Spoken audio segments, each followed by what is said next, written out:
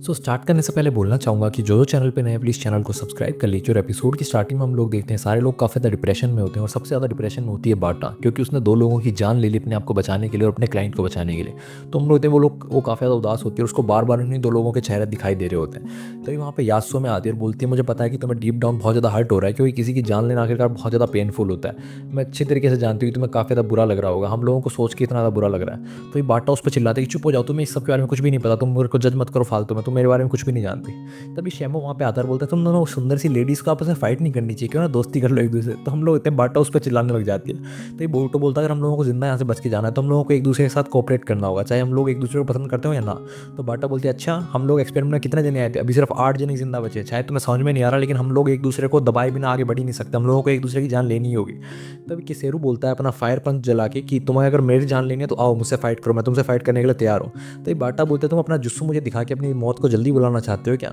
अगर मैं तुम्हारी जगह होती तो कभी भी अपना जुस्सू रिवील नहीं करती, तुम्हें नहीं पता शायद मेरे पास कितने जुस्सू हैं जिससे मैं तुम्हारी जान ले सकती हूँ। तभी हम लोग देखते हैं कि जो मोंक होता है नामो उनको रोकने की कोशिश करता है और किसी को बोलते तुम लोग मेरे बीच में मत आओ। तभी हम लोग इतने अचानक से यात्सु में बोलते तुम्हें पता है कि मैं बहुत टाइम से अपने बालों को दूसरा कलर करवाना चाहती थी, लेकिन कभी मेरी हिम्मत नहीं। तो अब मैं प्रॉमिस करती हूँ कि जब भी मैं इस एक्सपेरिमेंट से जिंदा वापस निकलूंगी तो अपने बालों को कलर करवाऊंगी। तुम्हारे पास भी ऐसे रीजन होंगे ना जिसकी वजह से तुम सर्वाइव करना चाहते हो। सबसे पहले बोल्टो तुम बताओ। तुम लोग इतने बोल्टो अपने दिमाग में सास्के के बारे में सोचता है और वो सब लोगों को बताते हैं कि मेरे एक मास्टर है, वो बहुत ज़्यादा अच्छे हैं, चाहे कितना भी डिफिकल्ट मिशन क्यों ना, वो कभी हार नहीं मानते और हमेशा सही जगह पे रहते हैं। मैं भी चाहता हूँ कि मैं उनकी तरह बनूँ, इसलिए मैं यहाँ से बाहर निकलना चाहता हूँ। तभी शेमो बोलता है कि मेरे पास भी एक बहुत ज़्यादा इंपॉर्टेंट पर्सन है जो मेरा वेट कर रहा होगा, और वो अपने जेब के अंदर से अपनी दादी माँ की फोटो निकालता है और बताता है मैंने अपनी दादी माँ को काफ़ी ज़्यादा परेशान किया है, मैं उनके साथ अच्छे तरीके से रहना चाहता हूँ।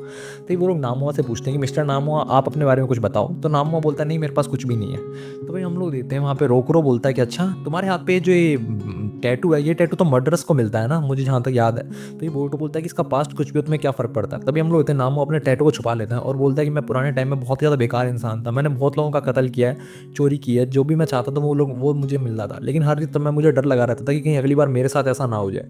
तभी अचानक से एक प्रीस्ट मुझे मिला जिसके कपड़े काफ़ी ज़्यादा फटे पुराने थे, उसके पास कुछ भी नहीं था।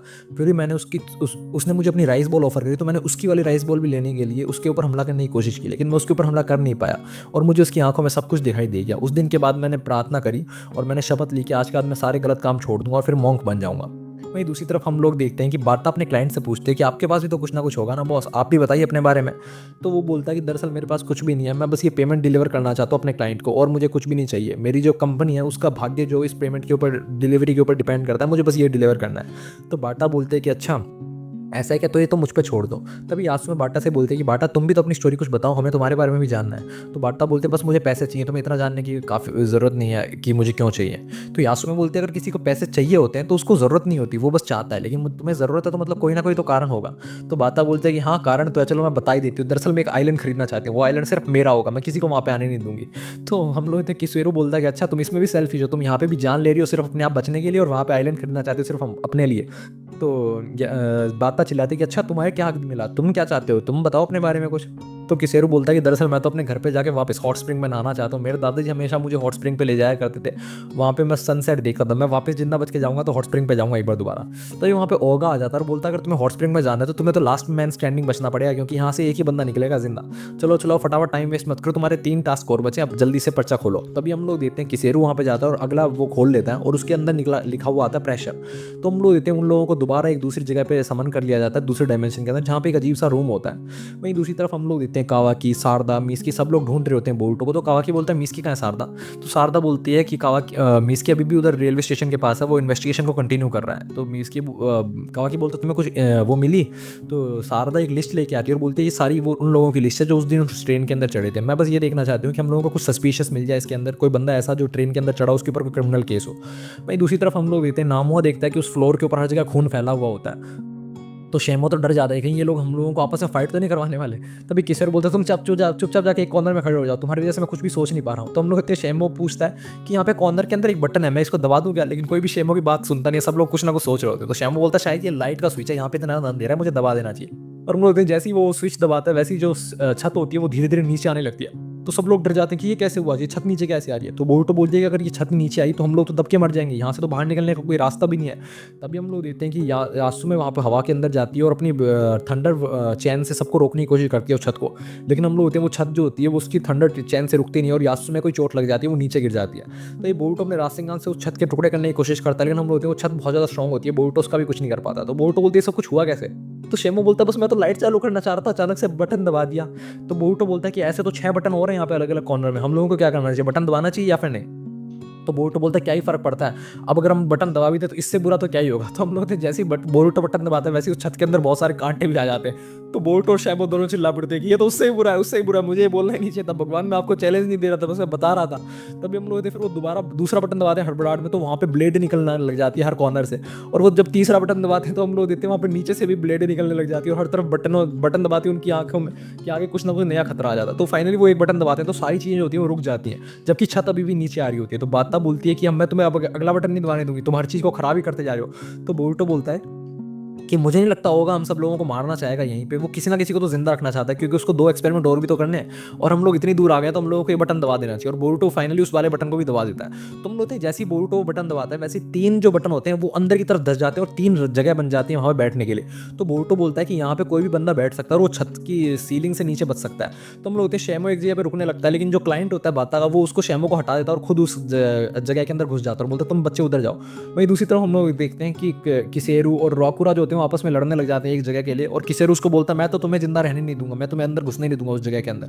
वहीं दूसरी तरफ हम लोग देखते हैं यासुमे जो होती है वो बोरुटो को बोलती है बोरुटो तुम प्लीज मेरी जगह पे रुक जाओ। तो बोरुटो उसको मना करता है कि नहीं तुम रुको, यहाँ पे एक जगह बची है उसमें तुम रुको, तुमने फर्स्ट एक्सपेरिमेंट के दौरान हमारी जान बचाई थी।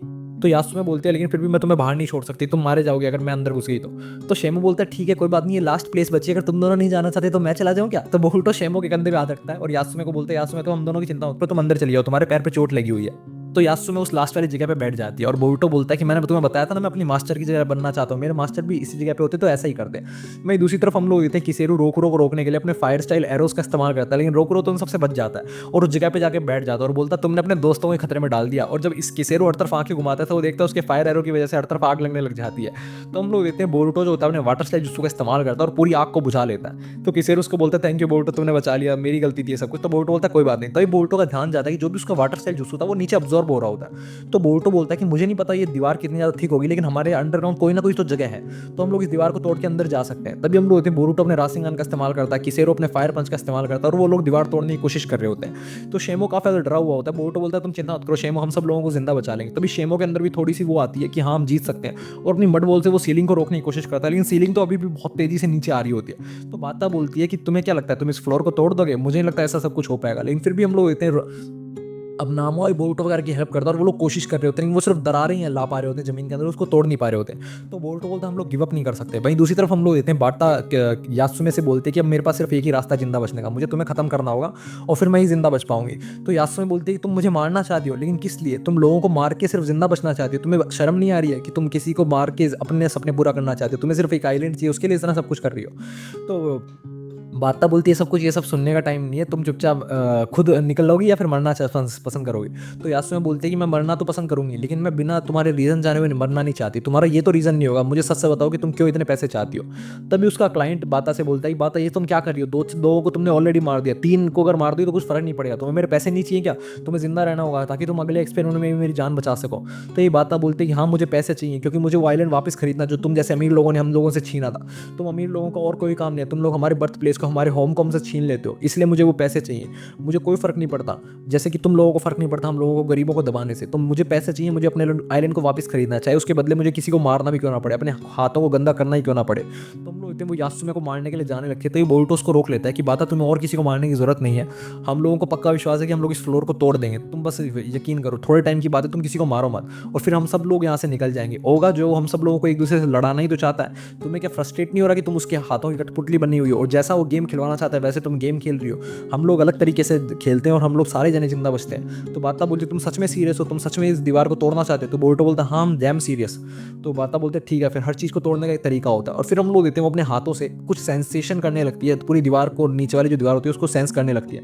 और बोलते हैं तुम्हें पता है डायमंड को भी कैसे तोड़ा जाता है? उसका सबसे वीक पॉइंट निकाला जाता है जिससे उसको तोड़ा जा सकता है। वैसे ही हर मटेरियल का एक वीक पॉइंट होता है, हर एक वीक बॉन्ड होता है जिससे पूरी जमीन को तोड़ा जा सकता है। और बाटा जो होती है उस वीक पॉइंट को ढूंढ रही होती है। तो हम लोग होते हैं वो दीवार इतनी नीचे आ जाती है कि नाम हुआ किसेरू सब लोग उसको पकड़ रहे होते हैं और अचानक से उसको वीक पॉइंट मिल जाता है। तो बोल्टो उस वीक पॉइंट पे अपना रासिंगार मारता है और सब लोग जिंदा बच जाते हैं। तो हम लोग इस बार 8 के 8 लोग जिंदा बच जाते हैं, कोई भी मरता नहीं है। तो ओगा बोलता है बोल्टो तुम्हारी हिम्मत को सलाम देता हूँ मैं, लेकिन अगली बार वाला जो एक्सपेरिमेंट होगा वो इतना आसान नहीं होगा। तभी हम लोग इतने अचानक से गेट खुल जाता है और ओगा बोलता है तब तक के लिए तुम लोग रेस्ट करो और अपनी सांसें थोड़ी भर लो। तो हम लोग इतने किसेरू बोल्टो बोलता है चलो बोल्टो। तो बोल्टो बोलता है नहीं मुझे थोड़ा सा आराम करने दो, मैं काफ़ी ज़्यादा थक चुका हूँ लास्ट रासिंगान से। वहीं दूसरी तरफ हम लोग देखते हैं वो जो क्लाइंट होता है उसका ब्रीफ केस होता है वो खुल नहीं रहा होता। तो यासुए बोलती है क्या हुआ तुम्हारा ब्रीफ केस बंद हो गया है क्या? तो बोलता है हाँ इसका लॉक जो वो काम नहीं कर रहा, लेकिन तुम्हें चिंता करने की जरूरत नहीं है। तभी शेमो बोलता है हाँ लॉक तो काम करेगा ही ना, लॉक तो काम कैसे करेगा, तुमने मुझे धक्का जो दिया था तुम मेरी जगह पे घुस गए थे, तुम्हें इसकी सजा मिलेगी। तभी यासुए बोलते तुम्हारा प्रीशियस पैसा होगा इसके अंदर है ना, तुम्हें अपने क्लाइंट को देना है, मुझे माफ कर दो कि तुम्हारा लॉक काम नहीं कर रहा। तभी हम लोग इतने अचानक से उसका ब्रीफ केस खुल जाता है और हम लोग इतने उस ब्रीफ केस के अंदर कुछ नहीं होता, सिर्फ एक बोतल होती है और उसके परिवार की फोटो होती है। तो वो उसको छुपा लेता है यासुए से और फिर से बंद कर देता है, कहता है मेरा ब्रीफ केस खुल गया।